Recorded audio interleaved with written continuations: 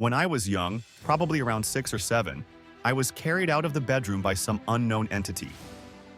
Back in the 90s, we used to share bedroom with parents, so I always slept beside my mother. When that happened, I didn't realize what was happening. Our bedtime was set to 9 p.m. every night, so I would always sleep at that time.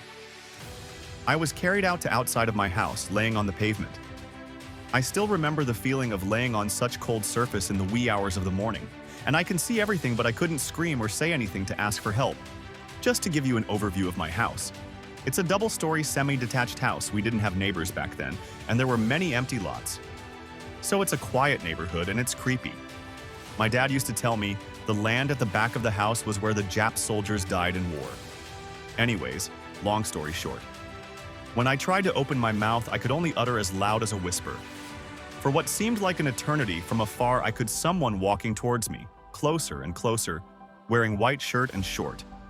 It was probably a young boy around 150 centimeters tall, and when it was in front of me, I was so scared to death. I saw nothing but a hollow face. No eyes and hollow mouth.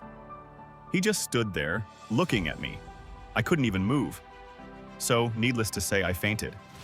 I woke up being in the room again. The sun had risen at the time when I realized I was back into the room. I thought it was all a very bad dream, but the smell of pavement on me was so distinct. Till today, I couldn't discern if it was real or fake. But I could never forget that feeling of laying on a rigid, cold pavement. And the smell on me. Visit Verdaily for flood of these stories.